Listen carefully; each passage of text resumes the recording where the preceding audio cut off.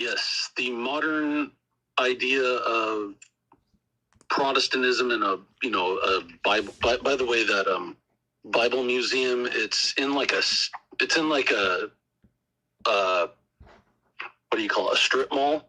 That's like a Old West type thing, and that has a deeper connection to America, like American Protestantism, because a lot of the things like Manifest Destiny and the Puritans coming over here, escaping England, are all connected to an interpretation of them being Israel. They've decided that we are Israel in Exodus from Egypt.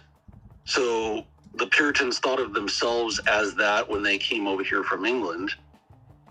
And then later on, there's even a connection where in World War I, a lot of the progressive Christianity starts tying all of that into like crusades.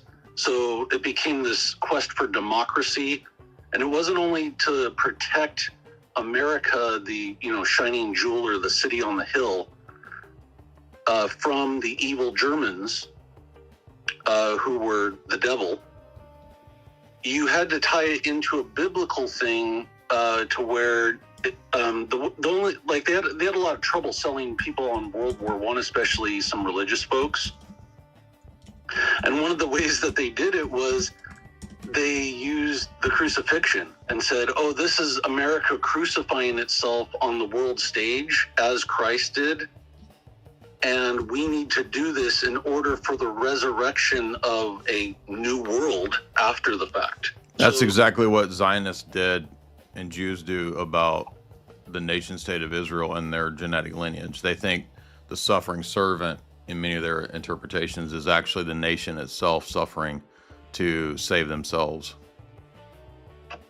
Yeah, I've been reading a book called A War for Righteousness, and talking about this whole thing with Protestants during the lead up to World War I, and I would definitely recommend that to people to read, because that's kind of what it goes over. It goes over the shift in theology and the shift in like Protestant worldview, as like, I think I mentioned this before, but one of the guys they were taking cues from particularly was H.G. Wells. Why is that? And they looked at Wells as like a prophet. They read his books and thought that he was somewhat of a prophet, being able to predict all this stuff, not that he was sitting in on meetings about how the world was going to be formed after the war. Mm-hmm. They saw him as being prophetic in his writings. So he was even more prophetic. Like, there's a passage in this book where it's talking about how some clergy even thought him to be more prophetic than people within the church. Oh, wow. That's crazy. Yeah, not realizing that it's because they're planning the future, not because he has a crystal ball. Yeah, it's like when you read a more modern book like Future Shock, and all of the accolades for Toffler on the back of it are, wow, he's so amazing. It's like, no, he just sat in on a bunch of meetings. Exactly. Yeah. Yeah, well said. Yeah, Protestantism has this salvific social idea, and that's one of the big problems with Christian nationalism for people like Doug Wilson. Is the general idea isn't the problem. The problem is that there's no Protestant Christian nationalism. Look at the history of the Protestant churches after the Reformation and the nation states that went to war. Look at the 30 Years' War. Look at the Royalists and the Cavaliers fighting. Look at the Lutherans drowning the Zwinglians over infant baptism. The idea that you're going to have some Christian nation state with all these thousands of retard sects is utterly preposterous. What's up, man? Tyndall? It's easy to be a prophet when you're sitting in on the global planning committees. Exactly. That's exactly John's point. What's up, Tyndall? Unmute. Hey, what's up, Jay? Just wanted to say thanks for doing your live, and I'm not here to debate you, just saying thank you, man, and keep going, stay strong. Thank you. Jesus. Peace. Appreciate that, Tyndall. Much appreciated there. Cool. Yeah, it's nice to get people calling in with positive vibes. Appreciate that. Can I say one thing? Sure. After Of course. what you just said? Of course. Yeah, tagging on to what you just said there is, once you get into after World War II, and especially the Rockefeller Foundation, the Federal Council of Churches, National Council of Churches, what you just said about how it would be hard to build a country on a bunch of different little sects. Yeah. Well, the goal was to create a giant mishmash of a bunch of different sects that all kind of believe the same thing. And that's where... So it's ecumenist. It basically ends up being a geopolitical ecumenist project. Absolutely. Absolutely. 100%. Because you see so much, and I mean, going back over this information that, we looked at like 10 years ago or whatever, I didn't even realize that there were all these little sects, but after a certain point in America, just particularly, they all start to like give in to homogenization. Like they give up their old ideas and there becomes a more homogenized. The real religion is Americanism. Exactly. And it becomes more homogenized in the sense like you can kind of get like, perfect example, there were like evangelical Presbyterians and evangelical Lutherans, so they all just kind of fall under the umbrella of evangelical. And then charismatic is another umbrella term that starts to take over. And so these umbrella terms are perfect for ecumenism and blurring the lines between all the different sects that were problematic for people like the Rockefellers. Yeah, that's why not only did the Rockefellers, essentially establish and fund the nascent ecumenist movement with a lot of their money on record. If you look up the Wim Hof book, this really confirmed David Wim Hof's book, John Courtney Murray. This really confirmed a lot of stuff that I'd written and thought was the case. And he did the hardcore research to really, I think, prove it demonstrably from, declassified documents. The 2013 declassified the doctrinal warfare program. Because I'd written articles years ago saying that, it looks like actually ecumenism is a geopolitical tool more than it is anything to do with like some just liberal idea of religion and so forth, or academics that just happen to be liberals. That's just a function. The real goal is to turn America to turn the churches into soft power engines. And if you don't know what soft power is, you need to go listen to the talks that we did on Joseph Nye's classic text on soft power. This is turning the churches in other countries into means of pushing Americanism, especially during the Cold War, right? Evangelical churches were huge as engines and tools of the Pentagon and soft power, the CIA and soft power during the Cold War. Now that's on record in tons and tons of books, and that doesn't make me a socialist to say that. And that doesn't mean I like socialism. What it means is that this is why we have such a problem in America with the churches. It's not liberalism in some generic sense. It's more than that.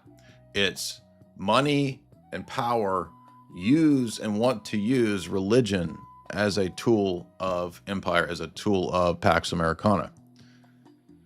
So not only do we know the documents in terms of being declassified, it's either 2013 or 2017 that the doctrinal warfare program was declassified. And John Courtney Murray was a big part of that, the famous Jesuit. There's a good line in this book where it was an actual quote from one of the progressive clergy of the time. And it said that we want to merge the city of man and the city of God in the state. Yes. And this is another interesting thing, was the progressive clergy and the premillennialists and the millennialists at the time, because dispensational stuff isn't really like big at the turn of the century, but Rockefeller's funding both of those. Yeah. So he's looking for whatever the dominant thing is going to be. Like, he doesn't care which one, but the progressives and the millennialists don't like each other. But essentially they come to the same conclusion that war and the state and those type of things are going to be the driving engine of what the church is going to be in the future. Yeah, that's why for Protestants, the church, because they've lost the church, ends up being America and American history. The founding fathers become their church fathers. The Constitution and the Declaration of Independence and the magic powder wig magic that's sprinkled onto the documents makes them also quasi divine for the evangelical Protestant world. And again, that's because this is confirmed in a lot of the academic literature. Beyond the text that we talked about, we recently did within the last year a breakdown and analysis of the academic text, Aaron into the Wilderness, Religion and the History of the CIA. And it's about the CIA's usage of religion during the Cold War. And Graziano admits in his text multiple times over, and it actually surprised me how clear he was, because he's not, I don't think he's any kind of a religious person. He might be, but he's just looking at it from a PhD university. It's published actually by University of Chicago, which is Rockefeller University, but he's just studying religion at University of Florida. So he writes this history of CIA's use of religion, and he comes to the conclusion that ecumenism is really a project of the CIA, because they needed during the Cold War especially. Now, it doesn't actually begin. It actually begins in OSS era when they were fighting against the Axis powers. They wanted to unify all the religions in the West against the Axis powers. And then after the defeat of the Axis, when it turns into the Cold War, because they were explicitly atheists, whereas the Nazis were not explicitly atheist, it turns into more of a overt usage of religious warfare. And that's why Billy Graham is such a crucial Cold War figure. People don't even understand this. They don't conceive of this, that the CIA, Time Magazine, invested tremendous amounts of money and support behind Billy Graham and his crusades, precisely as part of Cold War operations. Go ahead, John, you want to say something? Oh, last thing was just like the earlier version of Billy Graham was Henry Emerson Bostic, and he was a Baptist preacher. Is he the one that the Rockefellers used? Yeah, that's what I was going to get. That's what I was going to get at. Is he was this Baptist preacher, but he was all on board with World War I and promoting ecumenism and all that. And then they made him the head of the Riverside Church. Yes, that's it. That's what's in that chapter, the Rockefellers Authorized Biography. And Riverside Church is the church that has statue to Darwin, statue to Hegel, statue to Moses, statue to Muhammad. So it's the ultimate most. I mean, I went there before and I saw it. Oh, you've seen it? Even back. Yeah, I've stood in front of it, and even back when I didn't really know some stuff, that was like back in the 90s or something. I was like, "What the heck? They have a statue of Thomas Jefferson?" Yes, that's kind of weird. Yeah. Charisma Mysterion, $10. Thank you for everything, Jay. Well, thank you. Welcome to all the new members and subscribers that we just got.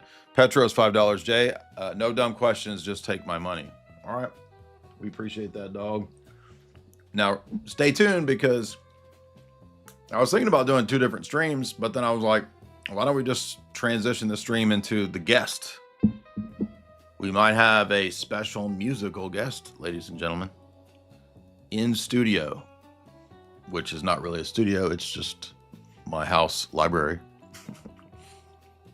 Who would have ever guessed that? Imagine trying to explain the future to people in the 90s and be like, what's the future like? Well, everyone's a podcaster and they have studios in their bedrooms. And you're like, what are you even talking about? What does that mean?